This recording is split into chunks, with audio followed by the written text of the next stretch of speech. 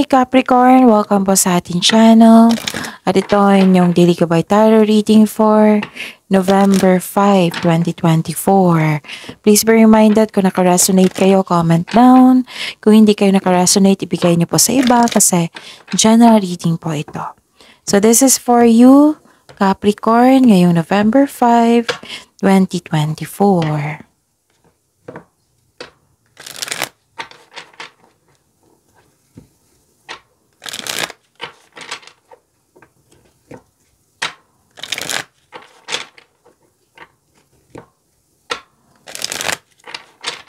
Para po ito sa inyo, Capricorn, ngayong November 5, 2024. Maraming salamat po sa inyong patuloy na suporta at maraming salamat din po sa mga hindi nag-skip ng ads. Gamitin ang reading na ito bilang gabay lamang. Sa mga hindi pa nag-subscribe, subscribe na po kayo at click bell notification para malaman nyo na may bago tayong video. Para sa mga gusto magpa-reading po, may lumabas dyan sa screen nyo ngayon. Panoorin nyo po at sundin ang instruction. Calling the attention sa mga suki ko dito na Capricorn, open na po inyong Monthly Gabay Tarot reading for November 2024. May 6 months from now reading tayo at love life reading po. So message me Capricorn for schedule. Maraming salamat po. Spirits Guide, mga ganap po para kay Capricorn ngayong November 5, 2024. I need 3 cards po.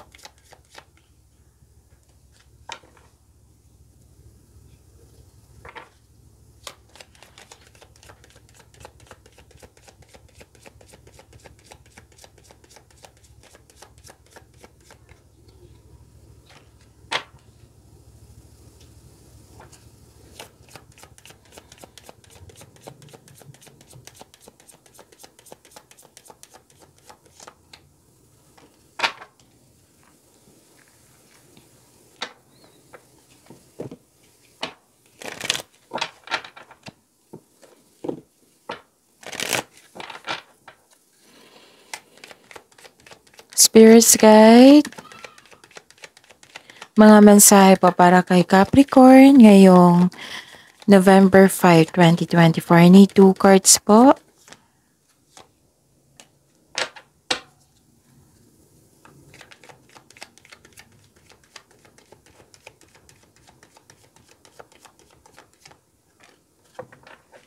Okay. Please be reminded, Capricorn, slow po ako magsalita ngayon kasi nagsisave ako ng energy, boses, para araw-araw tayong may reading, para iwas paos. Sana'y okay lang sa inyo, okay?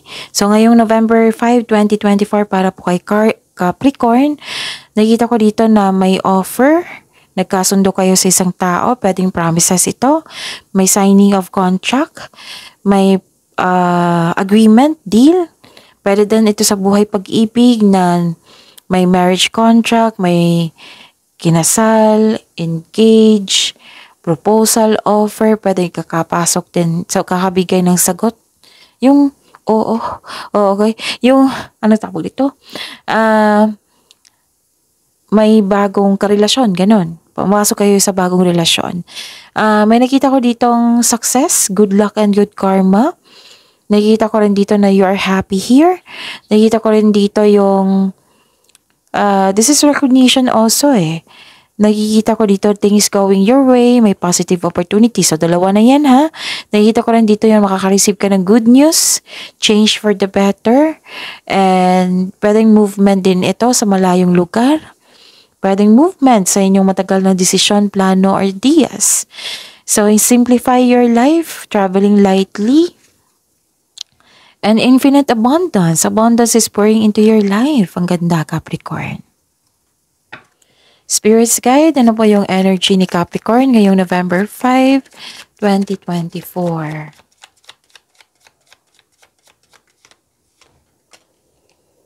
And the clarification of this card po.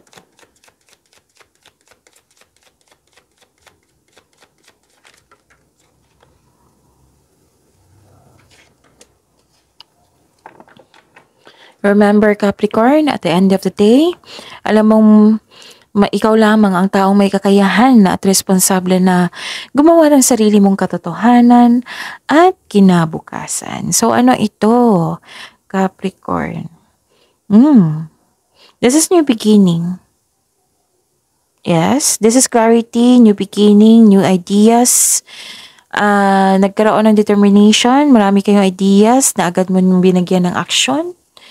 And so this is clarification of your oracle card here. Diba, may sabi ako sa inyo kanina na movement, na binigyan mo ng action. May magaganap na importanteng pag-uusap po, confrontation sa isang tao. Makinig po daw kayo sa inyong intuition. At saka may improvement dito sa inyong communication skills. Okay, nagkaroon din ng clarity dito. At may nalaman kayo na isang tao na hindi totoo sa inyo kasi malakas ang inyong intuition. Nakita ko rin dito na may sikreto kayong malalaman. So this card tells you na dapat magpahinga at magnilay-nilay. May nagtatagong may babala dito kasi na kaaway na nagtatagong anyo. Pwede din isang kontrata na kailangan yung basahin ng mabuti. Ganun.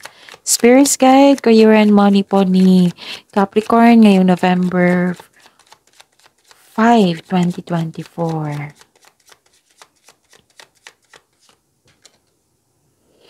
And the clarification of this card po.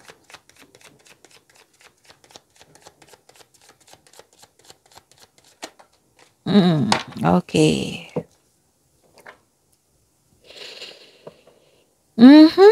So, career and money niyo po. May nakita ako ditong na burnout sa dami ng trabaho, sa daming iniisip. Be confident po daw kayo. Lalabas kayo sa comfort zone nyo dito. So, be confident. It's time to step out sa comfort zone nyo if you are serious about growth. May alok ng tulong pero ayaw mo tanggapin. Burnout kayo dito.